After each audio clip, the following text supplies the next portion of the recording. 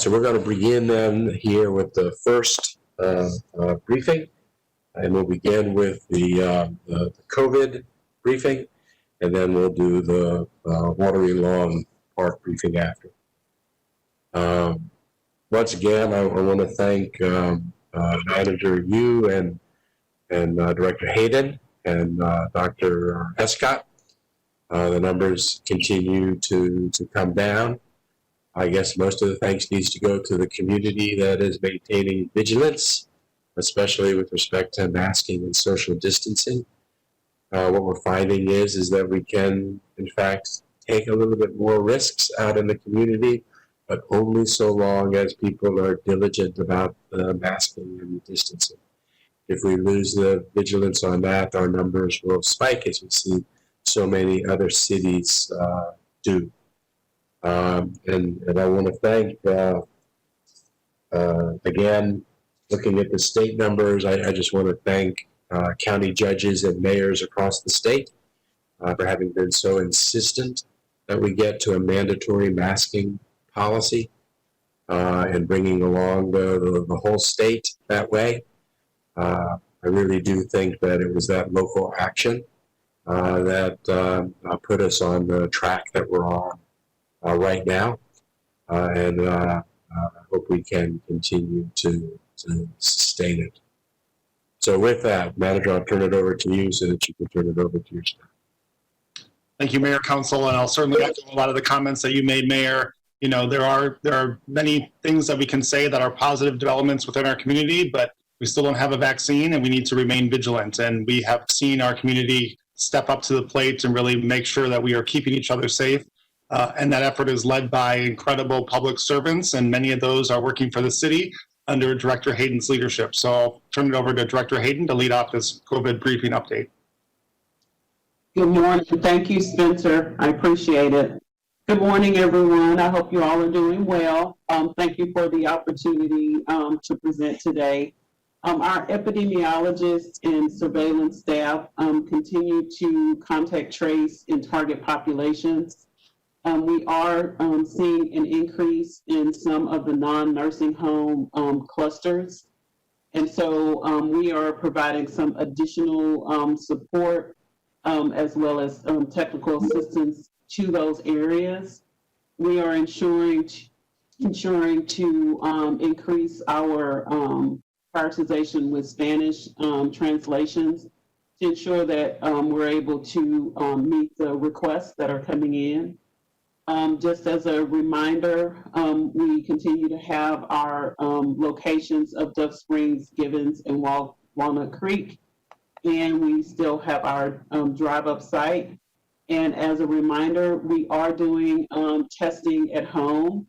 We have provided that information publicly on the website, but we have also have shared that with the community as well abroad, because we want to make sure that for our populations that are not comfortable with coming out, especially when they have underlying health reasons, that they will take advantage of that at-home testing. Austin Public Health will have a skeleton crew working over the holiday. We will produce the reports and do all of the work we do, but just a smaller crew. The medical hotline and the call center will be closed on Labor Day. And so on Monday, there will be no testing available, but staff will resume all of their shifts on Tuesday. With our long-term care update, I'm sure you received the email from Ann Morgan, and so we'll provide some additional information with Dr. Escott's slides. We continue to do testing in nursing homes. We've added an additional long-term care facility, which brings us up to 48 long-term facilities that we've provided testing in. We are continuing to see a decline. No additional strike teams have been deployed for the last 5 weeks. And so, but we continue to offer that as a service. But year to date, we have provided 19 to 19 facilities, and 300 strike teams have operated. We received an additional 9 more PPE packages, which brings us up to a year-to-date total of 233. And so we continue to offer those PPE push packs if they need them. And we will continue to provide all of the training that they need. With our protective lodges, all 5 of our protective lodges are operational. Integral Care is continuing to provide on-site behavioral health services at all of those lodges. And Community Care is providing weekly on-site services at 3 of them. And we're continuing our partnership with Community Care and Dale Med to offer the COVID-19 testing to our homeless population. As of today, with our multiple community organizations providing foods, over 250,000 meals have been distributed to date, and we continue to contract with Revolution's Food to provide those services.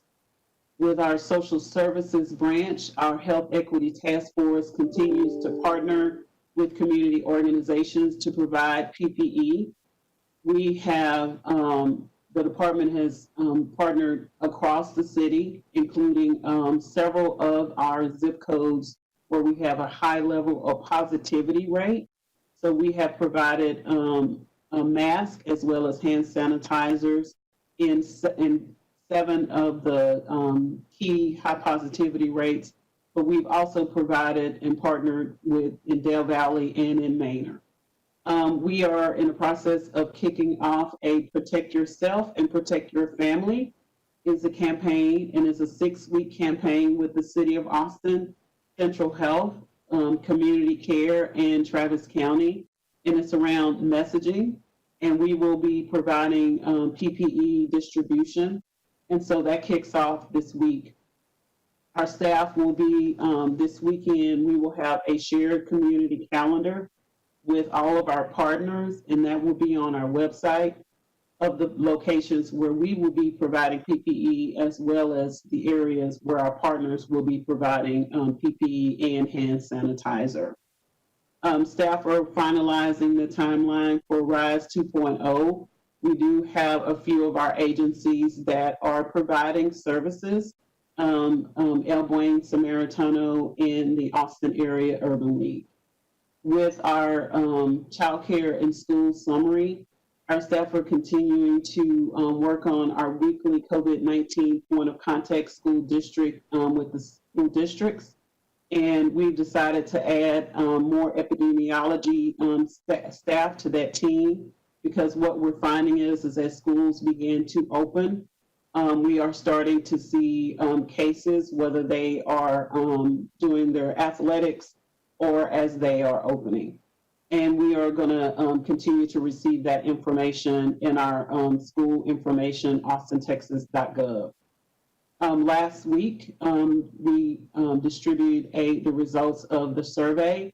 That information is just so we can continue to provide and ensure services to the Latinx and Hispanic community. And so we will continue that process.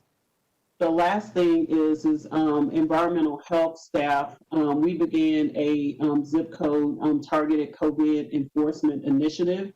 We are working in 6 zip codes right now, and those 6 zip codes have the highest positivity rate. And staff have conducted 279 visits to businesses and restaurants. And ultimately, we're working with them and we are providing technical assistance. However, because of compliance issues, we had to issue 78 warnings to them. There is a city team that has a Teams COVID compliance, which is used by Code, Fire, Police, and Austin Public Health. And we will continue to go out to check on those businesses, ensure that they have what they need, but we will work very closely with code compliance on any challenges. At this time, I will turn over to Dr. Escott. Thank you. Thank you, Stephanie. I'll ask AV to pull up my slides. While they're doing that, Mayor, I just want to echo your comments. When we first started talking about COVID-19, we talked about the importance of that all community, all government approach. And I think we've certainly benefited from our city and county partnership. We've benefited from the state and the governor continuing to watch the data and adjust and create policy which is more protective. I think we're getting that alignment. It's certainly improving, and we've got to stay the course. And I'll talk a bit more about that here in my next slide. Next slide, please. So Mayor and Council, what you're seeing here is our new confirmed cases in Travis County. Again, the yellow is showing our 7-day moving average. You can see that last week I talked about this plateau and oscillation that we were seeing since the end of July. Now we're seeing a substantial decline as we've gotten through that backlog of cases. Right now, our 7-day moving average of new cases is 89. And that's a place we haven't been since June the 10th. But what I want to remind folks about is that it took us 3 weeks to get from 89 cases a day to our peak at 558 cases a day on July the 3rd. And it took us 2 months to come back down. Now's not the time to crowd bars. Now's not the time to have barbecues or family gatherings on Labor Day. Now's the time to stay the course.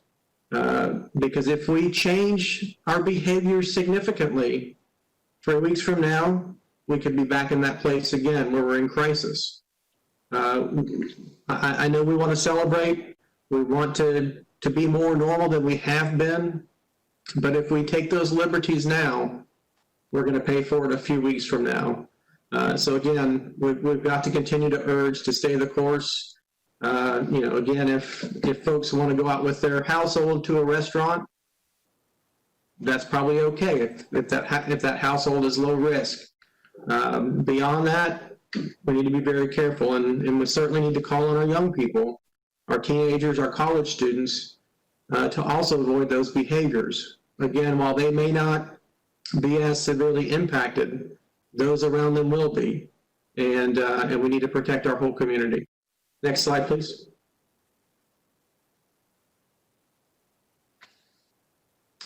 This is a graph of our new admissions. Again, the yellow is showing the 7-day moving average. Our new admissions continues to decrease. It's down to 18 now.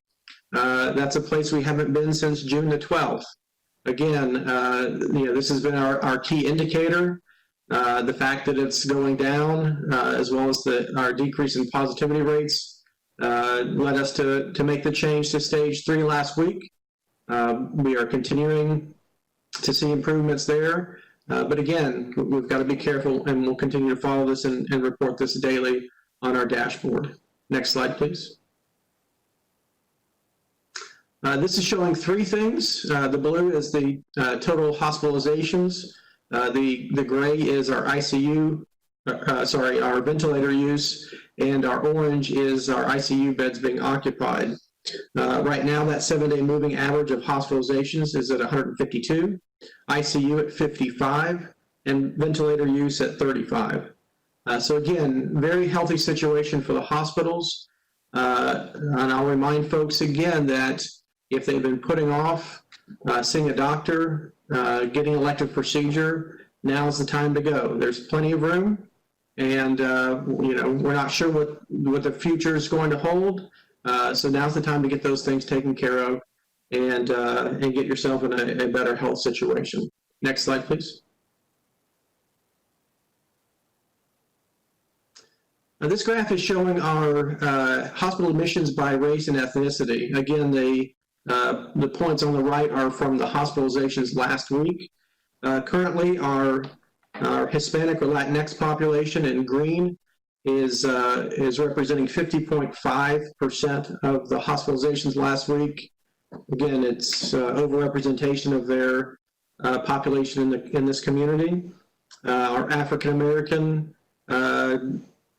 numbers last week were 11.9%, also overrepresenting them as compared to their population in Travis County. Again, this continues to affect more substantially our communities of color, and as Director Hayden said earlier, we will continue the efforts to provide outreach and PPE, masks, hand sanitizer, and other items particularly focused on these communities so that we can decrease the trend of transmission and hospitalization. Next slide, please. This is a graph of our hospitalizations by age group. Last week we saw increases in our 70 to 79 age group, as well as our 50 to 59 age group. We'll continue to follow these. We did see a decrease in our new admissions for our younger age group, our 10 to 19 age group that we've seen several weeks of higher numbers. So that is certainly refreshing. And again, we'll continue to report these and share these on our COVID-19 dashboard. Next slide, please. Mayor and Council, this is an update on our nursing home and long-term care facility chart. You can see that we have the actual names on this this week. And I'll thank Ann Morgan and her team. We had some previous Attorney General rulings related to disclosure of this information, and those were related to public information requests, and the City Attorney's advice has allowed us to share this now. I know a lot of folks have been concerned about why we haven't shared this and why we've been so protective of this information in the past. And it's not at all about transparency, it's about the law. And disclosure of information inappropriately means a criminal penalty for me and for the city. And we have to make sure that what we're doing is legal. And I appreciate the hard work of Ann Moore in the City Attorney's Office that has found a way for us to share this. Having said that, our numbers in the nursing homes continue to decrease. 42 total cases this week. As Director Hayden said, we've got decreased requests for support from these facilities. You can see this week we have a number that are indicated in gray, which tells us that they've gone 3 weeks without any new cases that are likely to come off the list next week. So again, we're pleased to be able to share this information with you. Similar information is available on the State Health and Human Services Commission website, and we will continue to update this information weekly. Next slide, please. This is an update of our positivity rate across the community. Again, this is a data feed which comes in from multiple partners throughout Travis County. We're grateful for their partnership and sharing of their data. The data input into this feed represents about 231,000 COVID tests. So it's a huge number of tests, and again, we are pleased to be able to share this. I want to give you 2 updates on this. One is the percent positive for week 32. Last week we reported that at 7.6%. It's been updated to 8.3% with some additional tests which had not been reported for that period of time that we received last week. And this week's percent positive for week 33, which was ended 2 weeks ago, is 6.2%. Again, we're continuing to follow the data. We started a twice weekly data feed starting yesterday from these facilities who are testing. Our hope is that in the next couple of weeks, we will be able to report on the positivity rate for the immediate past week, which in this circumstance would be week 34. I will tell you that the current data that we have in hand shows that the numbers are still continuing to improve somewhat as compared to week 33. Again, hopefully next week we'll be able to provide week 34 and possibly week 35. Next slide, please. Again, this is a graph of the same data but broken down by race and ethnicity. You can see there's a new line on here for American Indian or Alaska Native. There is significant increase you can see over time in terms of that group's positivity rate. I will tell you that the numbers of tests performed in that particular group is relatively small, so it's going to be more likely to have substantial swings in the percentages. I do want to point out that our Hispanic or Latino group, which is represented in the gray, is continuing to decrease, which is fantastic. You can see that week 35, at least the data we have in hand so far, is showing about a little over 10%. Last week, about 12%.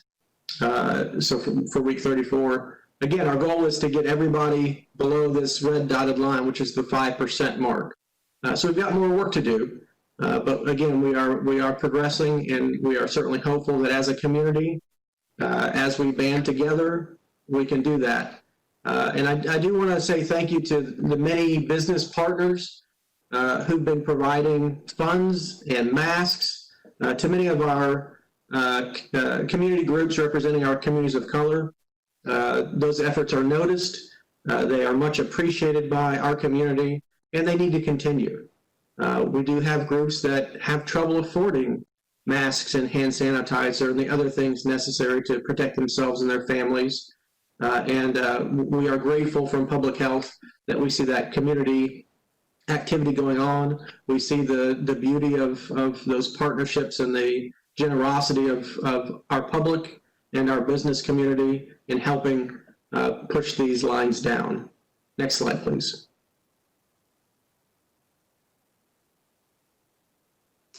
This is a graph showing you the cases by zip code. You can see again that we have our 78744, which continues to be a significant area for transmission of disease, 78665, 78660, 78681 as our top zip codes. This is just through the Austin Public Health portal. So this will include our county partners, Williamson County and Bastrop, who are also feeding information into this data.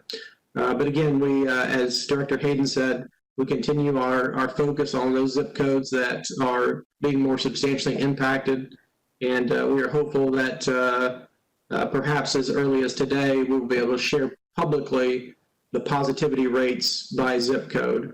Our team's working hard on getting that, making sure that the information is accurate and the data feeds are updated regularly.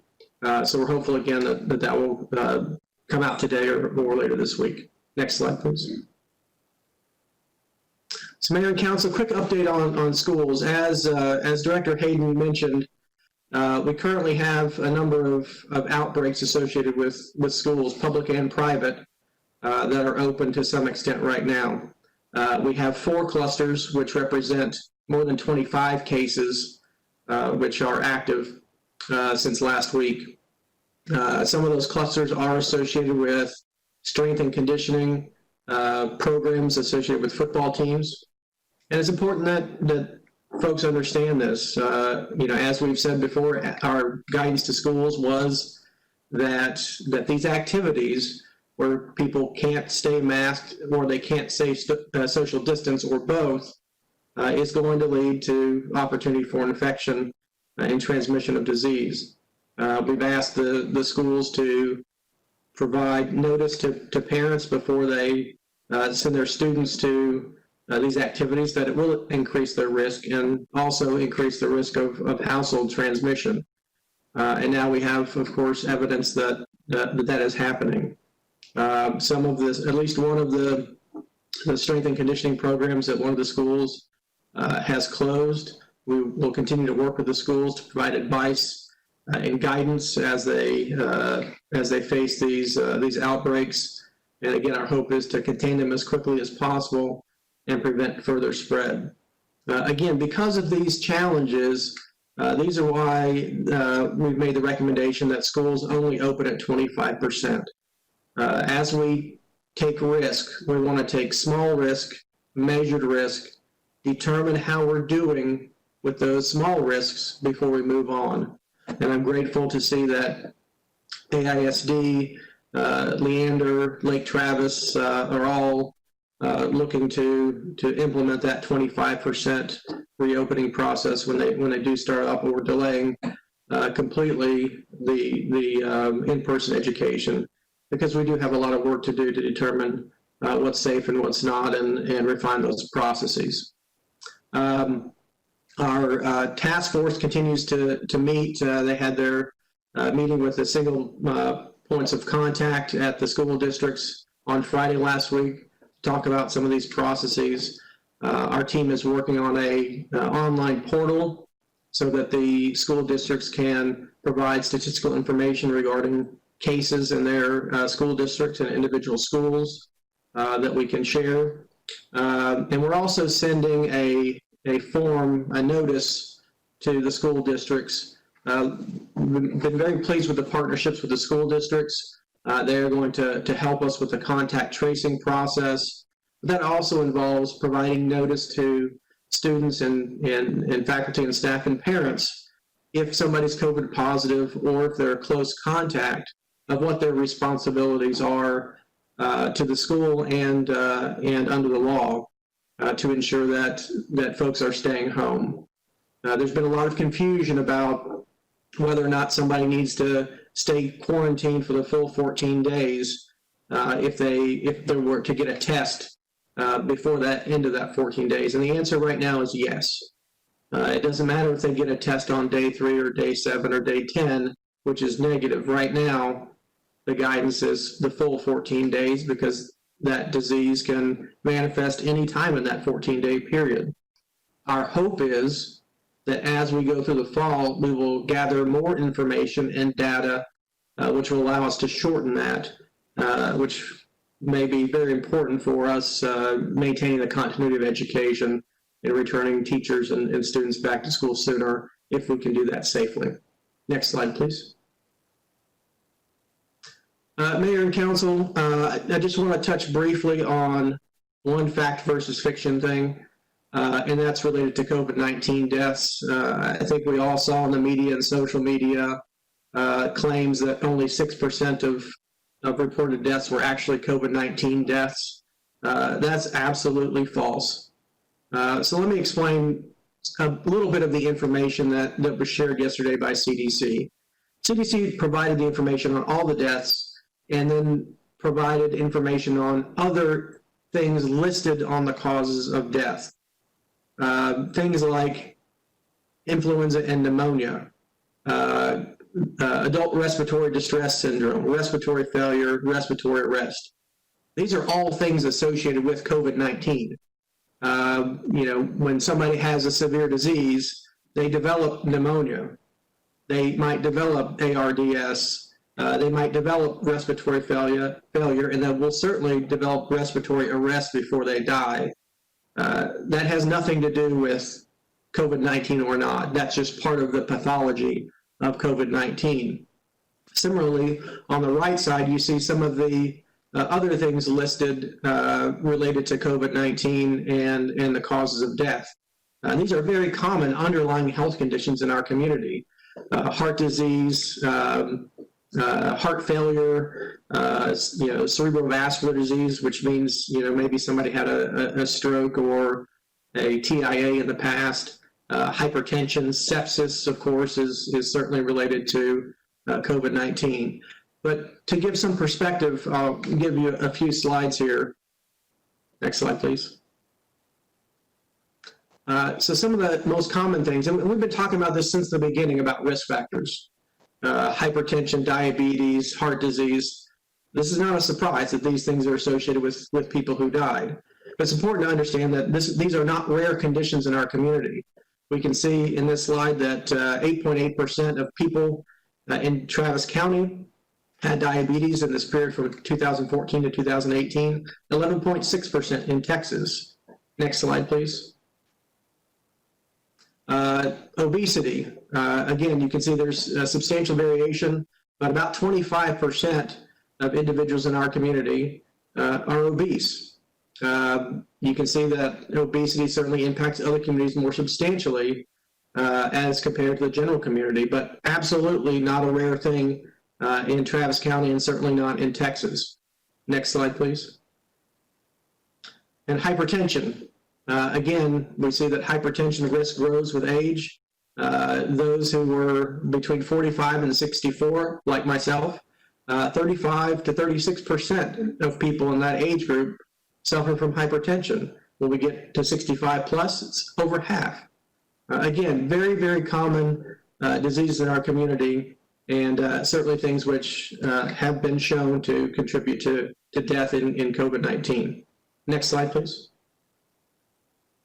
Again, Mayor and Council, we remain at stage 3 of risk. As a reminder, this means for individuals who are at higher risk, they're over the age of 65, they have underlying health conditions, or they're members of a community which is more severely impacted, like our African American community and our Latinx community. You need to behave in a more protective way because your risks are higher. And that means avoiding social gatherings and gatherings over 10. That means avoiding non-essential travel. That means don't go to restaurants and bars. For those who are at lower risk, it also means that you should avoid those social gatherings and gatherings over 10. Again, we're not out of the woods, and we could be 3 weeks away from a bad state again if we relax too much. So we must continue to be protective. We must continue to be vigilant in terms of how we're protecting ourselves so that we can protect our community. Next slide, please. And I'll be happy to take questions.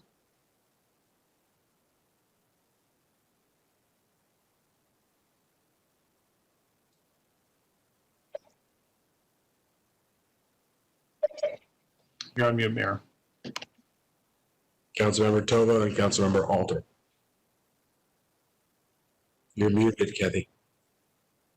Thanks very much for the additional information, Director Escott and Dr. Escott and Director Hayden. I wanted to ask a couple questions about our campus communities. If you could give us a sense, I know the news has carried reports of some cases at UT and some cases at UT San Marcos, which of course is a little out.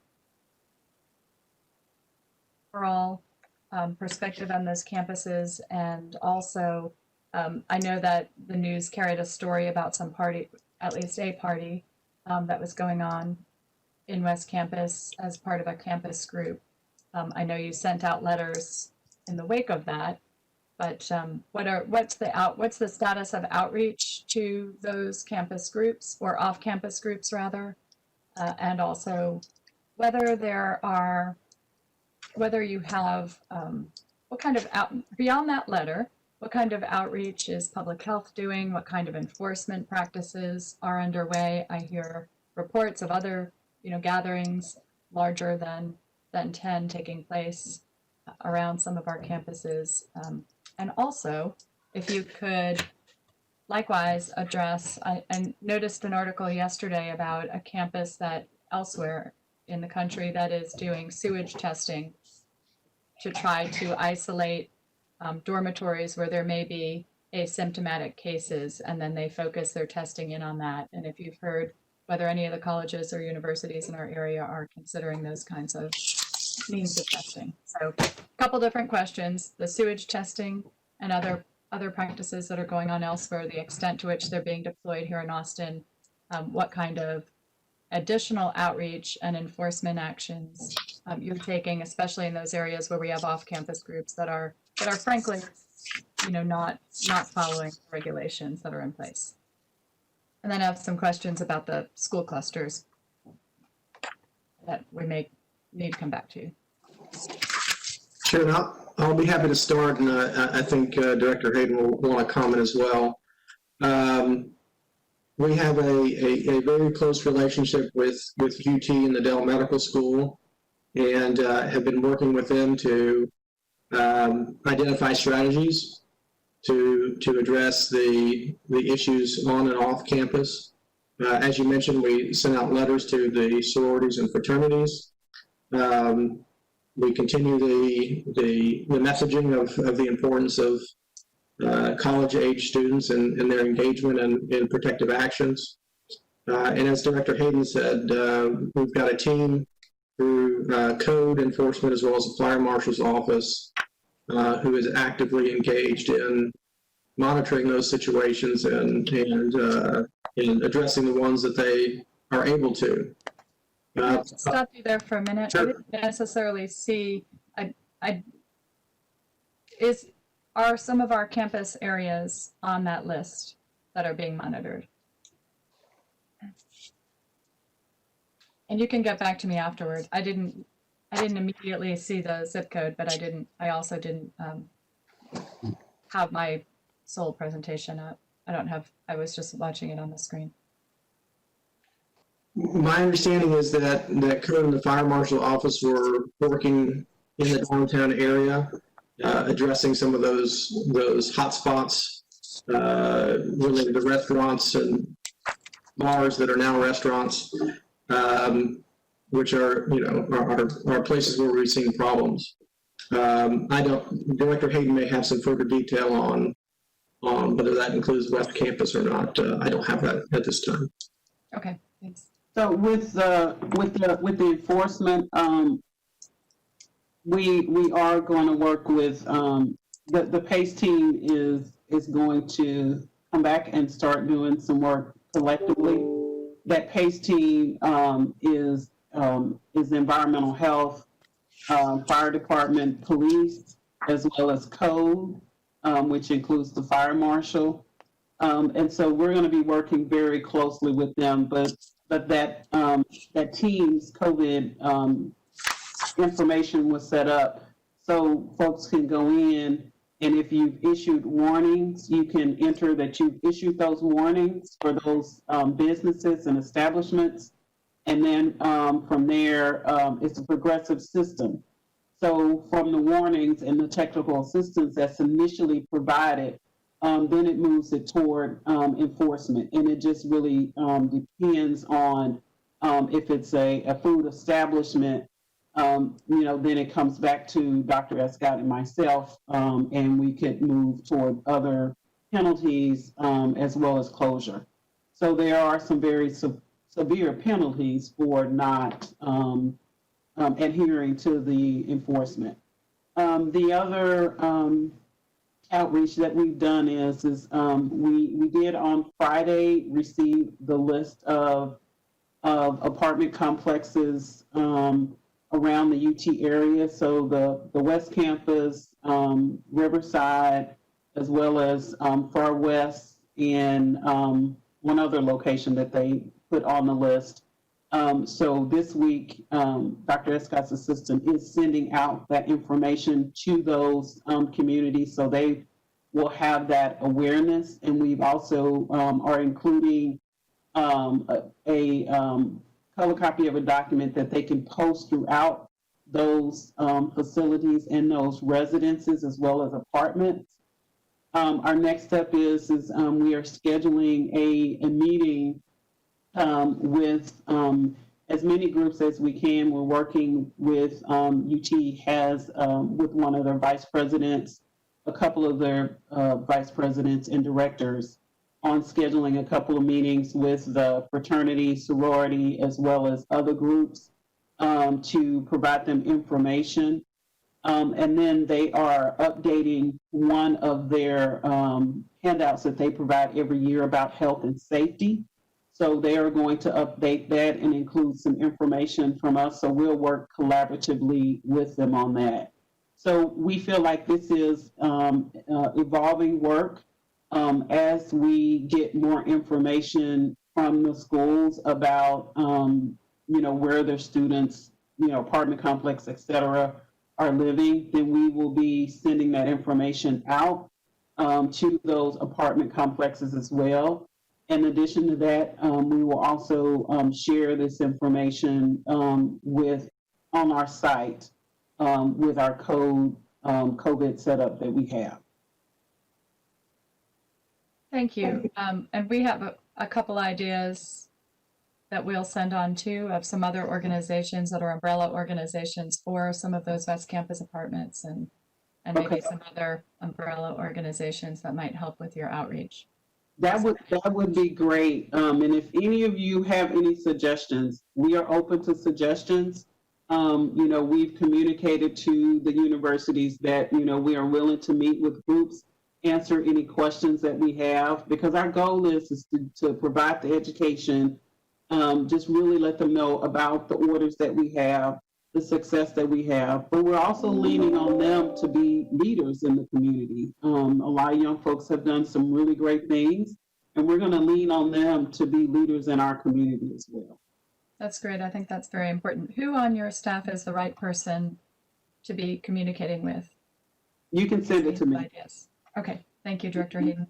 And then my last question was the one about whether you know of any universities and colleges in the area that are doing that kind of approach, that at least one other university is, where they're using sewage testing to identify dorms where they might want to go back and do more targeted testing of all of the residents. It doesn't. It just identifies, of course, the presence of COVID. It doesn't track it to who those individuals are.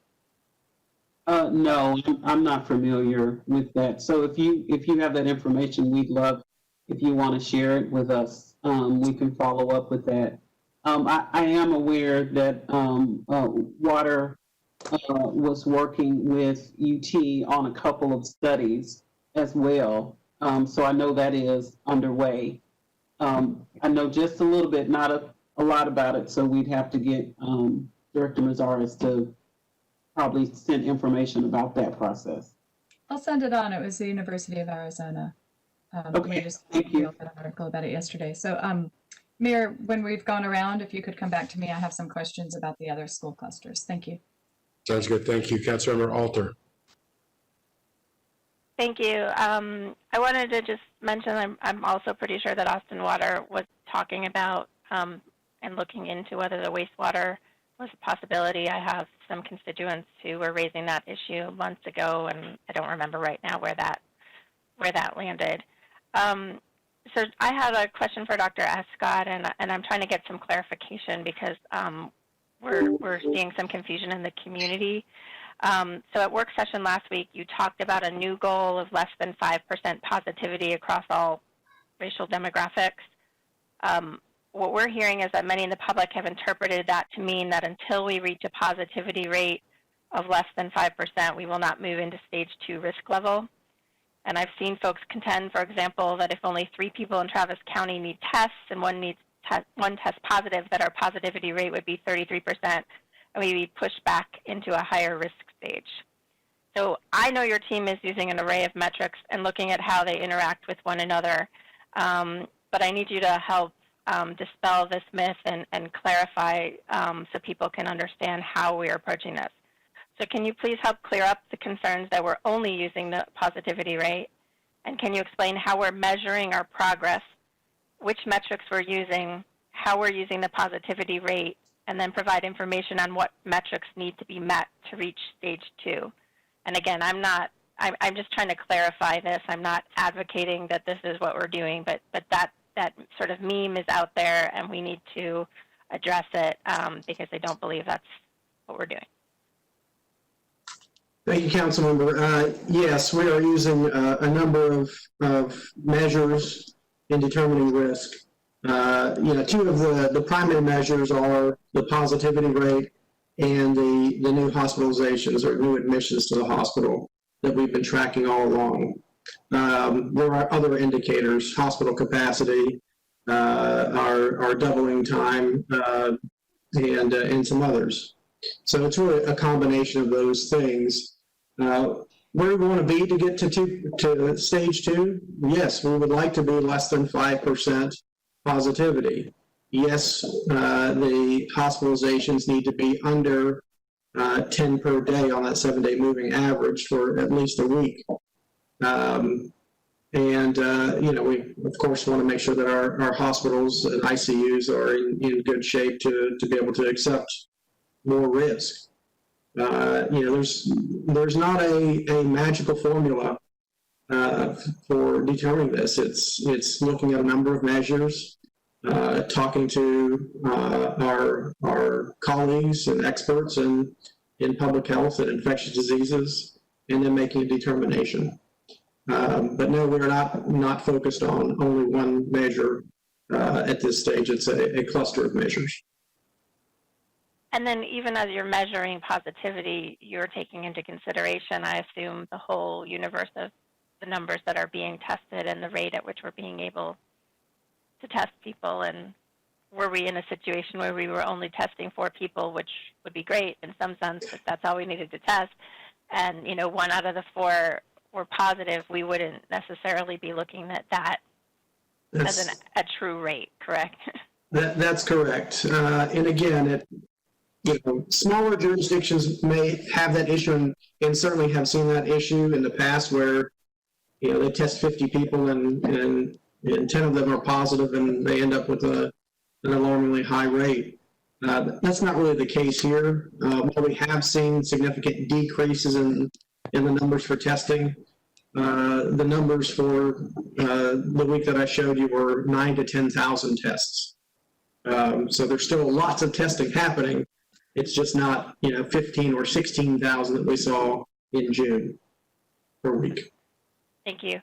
And then the other question I had, and you touched on this some in answer to Councilmember Tova's questions on West Campus, who has responsibility for enforcing the rules, say in West Campus or Riverside or Far West? And what role does UT play in that if that enforcement falls on us? Sure. So legal enforcement outside of the campus proper is the responsibility of the city. I think the university is also a part of that, because those students are part of the university community, whether or not they are on campus or not. And my hope is that they will continue to be strict about their enforcement and their penalties from the academic side for those who are willfully disregarding these protections. I think it's easy for somebody in their teens or 20s to want to not be as compliant. They want to be back to normal. They recognize that their risk of complications and death are much smaller than others. But it's not just about them, it's about the rest of us. It's about the parents and the grandparents in this community. It's about the faculty and staff. It's about the restaurant owners and restaurant workers.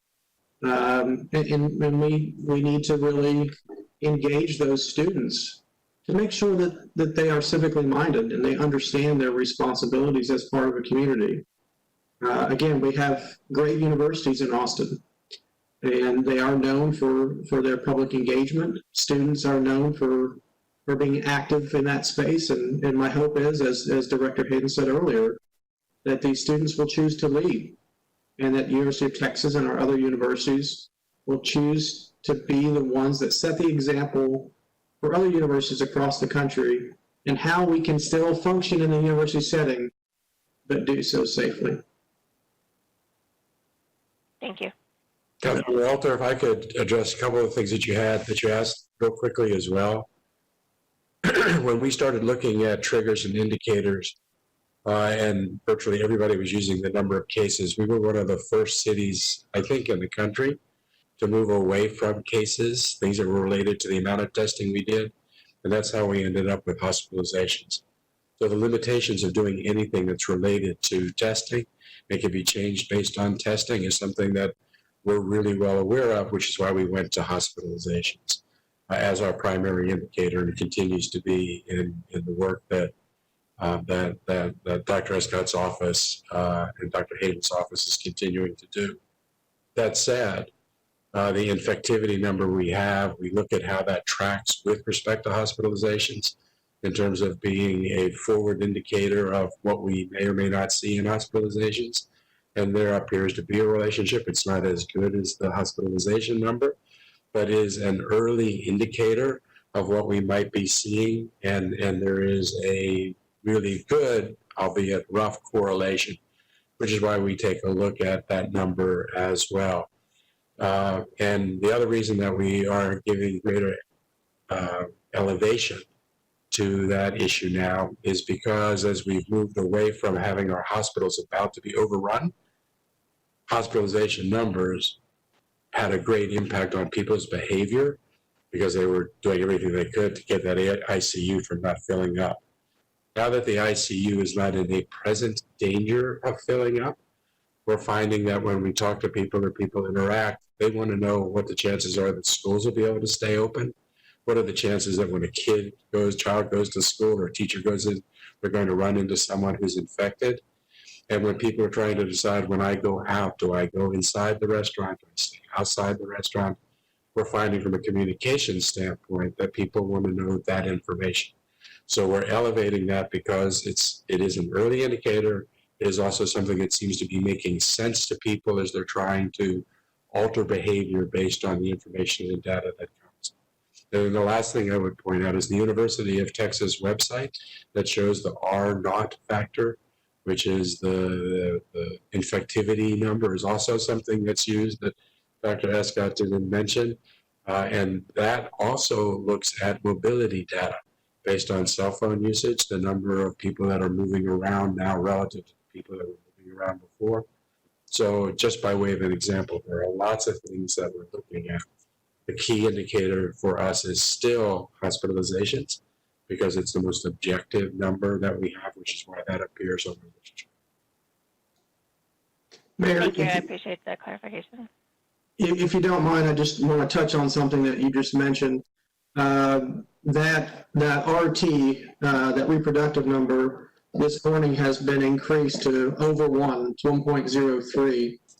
And the update from UT indicates a 75% chance that the epidemic is growing.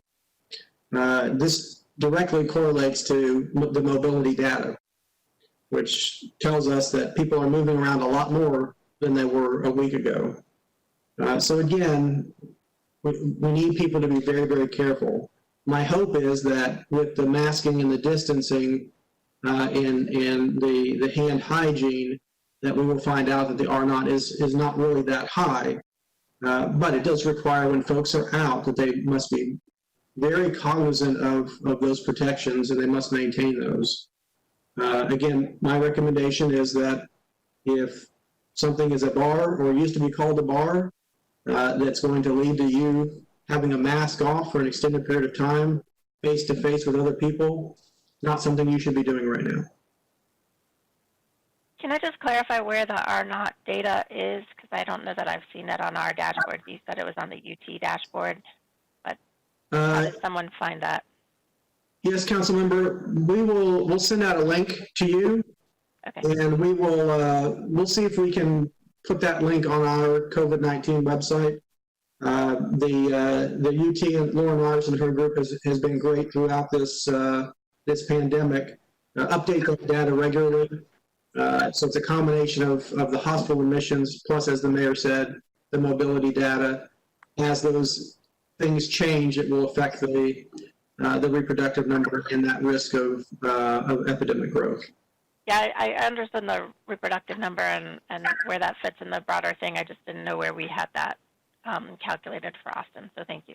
It's good. That'll be posted. If anybody's watching this right now, it's covid-19.tacc.utexas.edu/Austin-projections.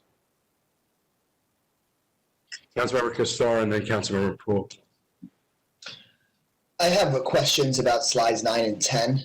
Maybe we could start with slide 10, which has the sky blue bars on it, and has the zip codes on the bottom.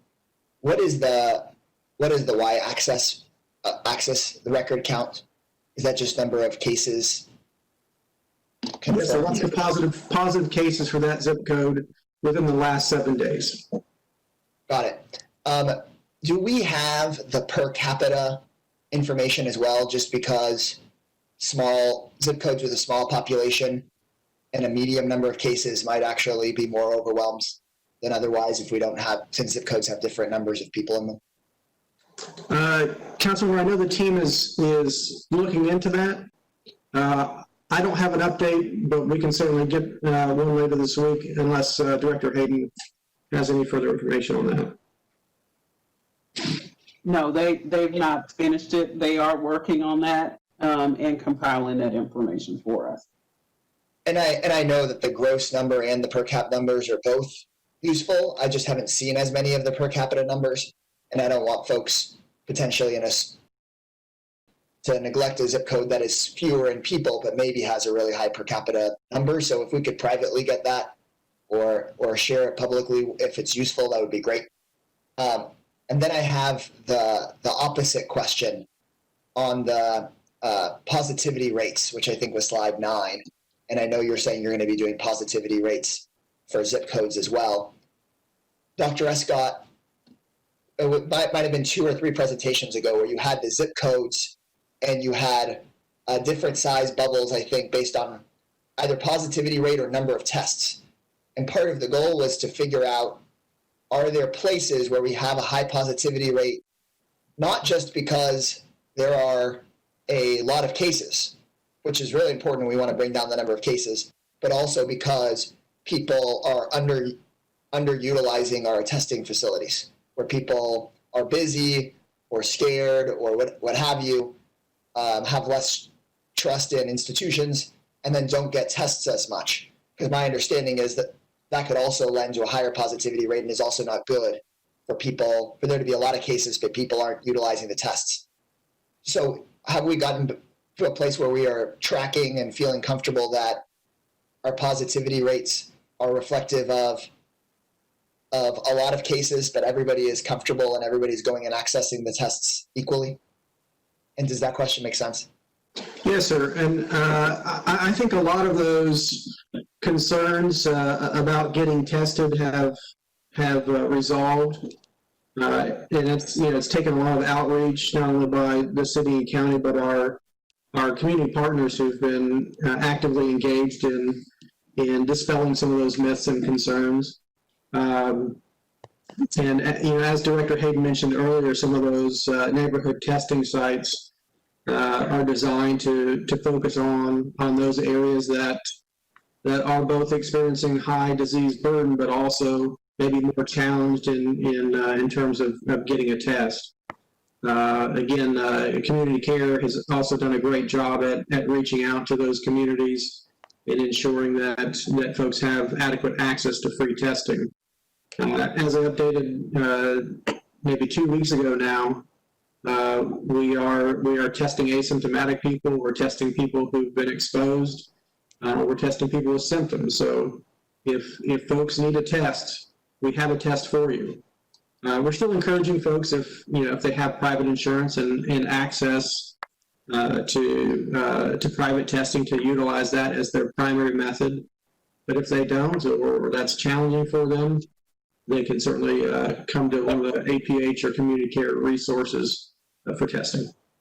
Anecdotally, I hear the same thing when I talk to community members and constituents and groups, but I would love for us to check with the data to make sure there's not a place in the city or a certain demographic in a certain area that we're missing based on the broad response that people are feeling more comfortable getting testing, for us to miss any particular area. And I think that we have the data to say where, if there are particular zip codes or demographics where we're seeing a high positivity rate, is the number of tests that we're seeing administered equally high with the increased number of cases, or are we actually in some places seeing a depressed number of tests and a higher number of cases? It would just be really useful for us to check the box and make sure that there's not any particular zip code or demographic or combination of where we're missing that, because on the whole we're doing better. If that makes sense. I would love that. I would love it to not just be anecdotal. We can certainly see if the team can, when we're working on the per capita positive numbers, to see if they can also pull out a number of per capita testing. Thank you. I really appreciate it, Dr. Escott. You bet. Dr. Escott, 2 things. One, what Greg was talking about with the population by zip code on that slide. That was a question that I had asked last week as well, to try to get the numbers relating so we can see what the realities are on the ground. And I think we can do that knowing what the numbers is, the real numbers. And then the other thing, I just want to thank Dr. Escott and our city attorney in Morgan and the team of folks in our law department for finding a way for us to publish the names of the nursing homes on our dashboard. It has, especially today when we could see how the numbers have improved across the board on a number of those nursing homes, which is really good news. And now folks who come to our site looking for that comprehensive data and statistics, they'll be able to see some clear indications that may give them some confidence and assurance that we're all moving in the right direction with regard to getting on the other side of the global pandemic here in Boston. So thank you very much for doing the taking the extra steps to make that possible.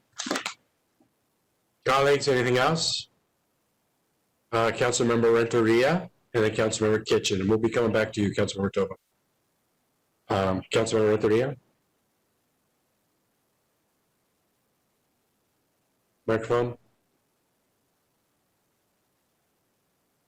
You're muted.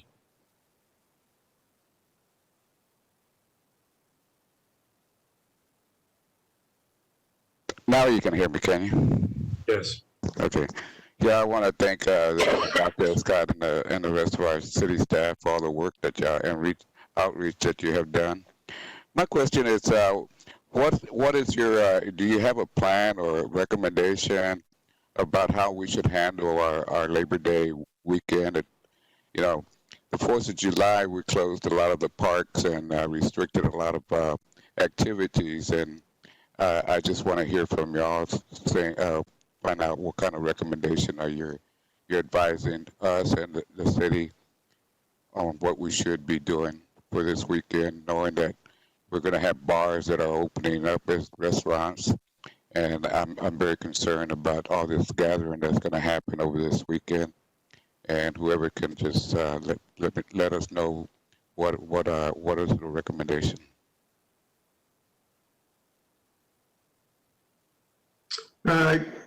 Councilmember, I'll say that I too am concerned about Labor Day. And again, you know, my recommendation is that folks not participate in gatherings like they normally would on Labor Day, pool parties and barbecues and so forth. If they are going to do that, it should be their own household. If they choose, regardless of that advice, to have a gathering or to go to a gathering, they need to do so in a protected way. They need to maintain social distancing. They need to wear a mask. If they're taking their mask off to eat or drink, they should do that away from other people. You know, I know that folks may think that this is an alarmist attitude. Dr. Escott, things are looking better, and you know, why won't you let us do our normal thing? And the answer is because we've seen this over and over and over again across the state, across the country, across the world. When we relax too quickly, we pay for it in 2 or 3 weeks.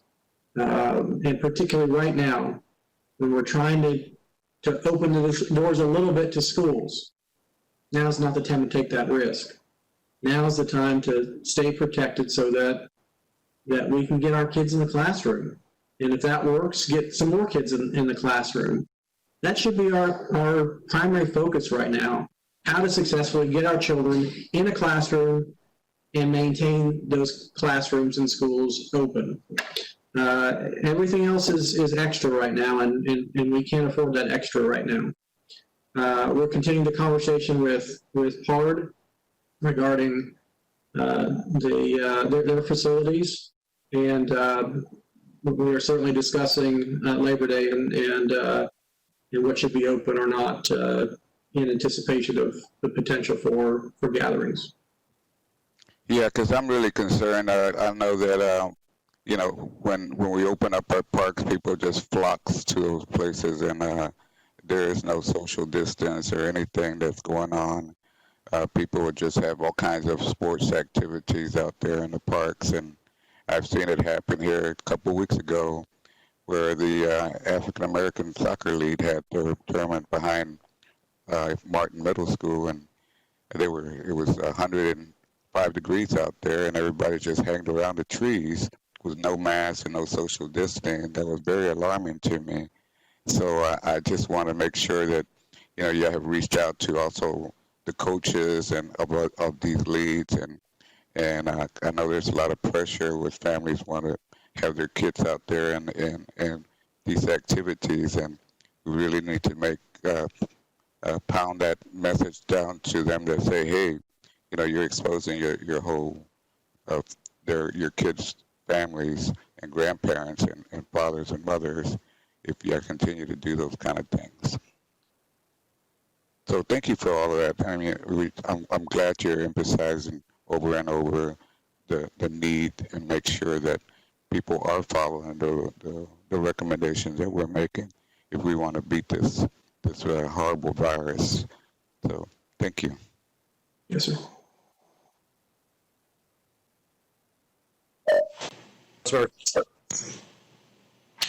I also wanted to echo Councilmember Boole's comments and say thank you, Dr. Escott. I think that in our legal in Morgan, I think it's helpful and important to provide information to the community related to the names of the nursing facilities and long-term care facilities. So I appreciate you putting this information out. I'm also encouraged to see the improvements in this population in terms of the impact. And so I just want to say thank you to you as well as to Director Hayden for the continued support for the folks that are living and working in these facilities.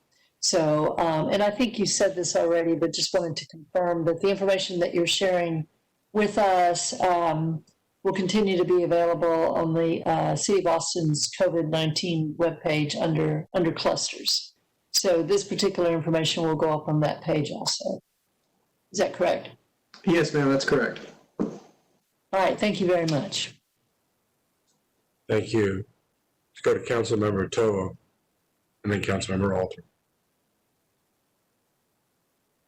Thanks very much. Thanks for coming back. I had some questions about the clusters. Let me just find them again here. Dr. Escott, you said there were 4, as I understood that slide, primary and secondary school clusters and about 25 cases related to those clusters. Some of those clusters are associated with strength and conditioning activities sponsored by football. Can you give us some sense of those clusters? How many of those fall into that category? Councilman, I'm waiting on a report from the team. The indication that I received was that at least 11 of those are related to those activities. But again, say again. Oh, sorry, 11 of the 25? Correct. I'm sorry, I didn't mean to cut you off. You were saying you were waiting. Yes, I'm waiting on a report with some more details on those. Again, the team, does the initial case investigation, the contact tracing in coordination with the schools. And then we try to find out more details. What was the school specifically doing? How were these individuals interacting? What protections were they using? Were they wiping down equipment? Were they wearing masks when appropriate? So that, we can provide further advice for that individual school. But if we see an opportunity that we can share with other school districts to better protect their programs, then we want to do that. Thank you for that. You talked about, you said something about asking our area schools to send letters to parents, letting them know that some activities are higher risk than others. Is that a requirement that they do so?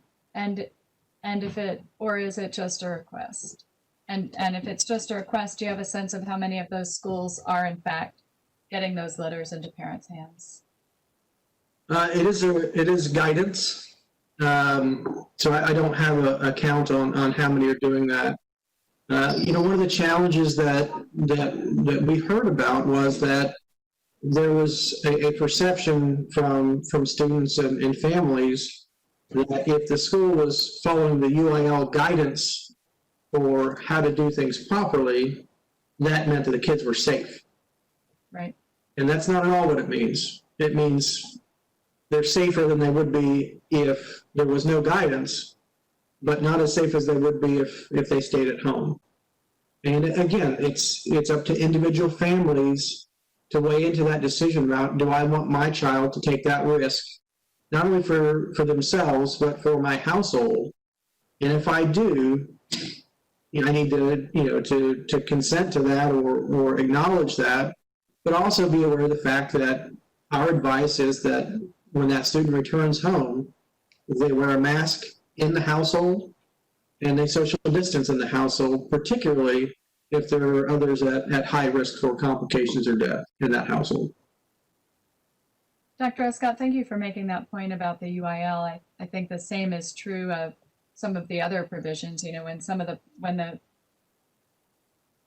When certain provisions changed because of state changes, I think people in our community thought those activities were suddenly a lot safer than they really were, because their government was telling them that it was okay to go back to a bar or to other places. So thanks for making that point about UIL.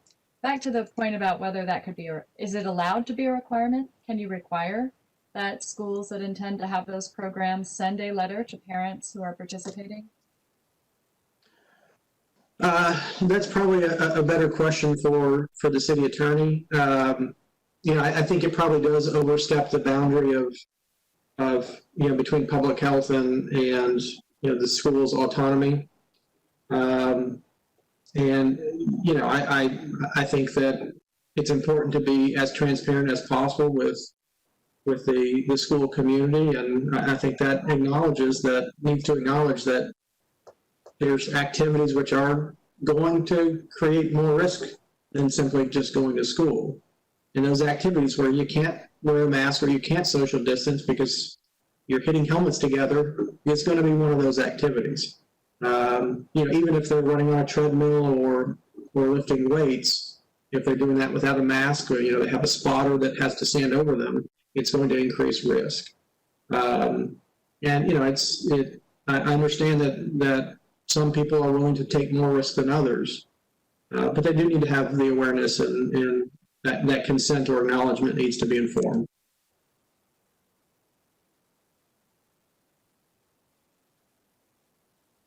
Councilor Alter.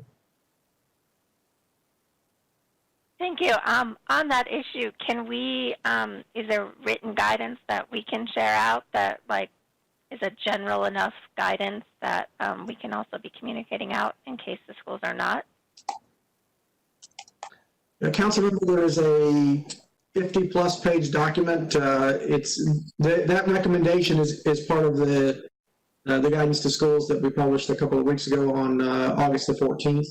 Okay. That is available on our COVID-19 website with the rest of the school-related documents. Okay, thank you. And then now that we're going to be publishing this list that has the actual nursing home names on it, there's not a lot of explanation in your slide as to what this slide is telling us.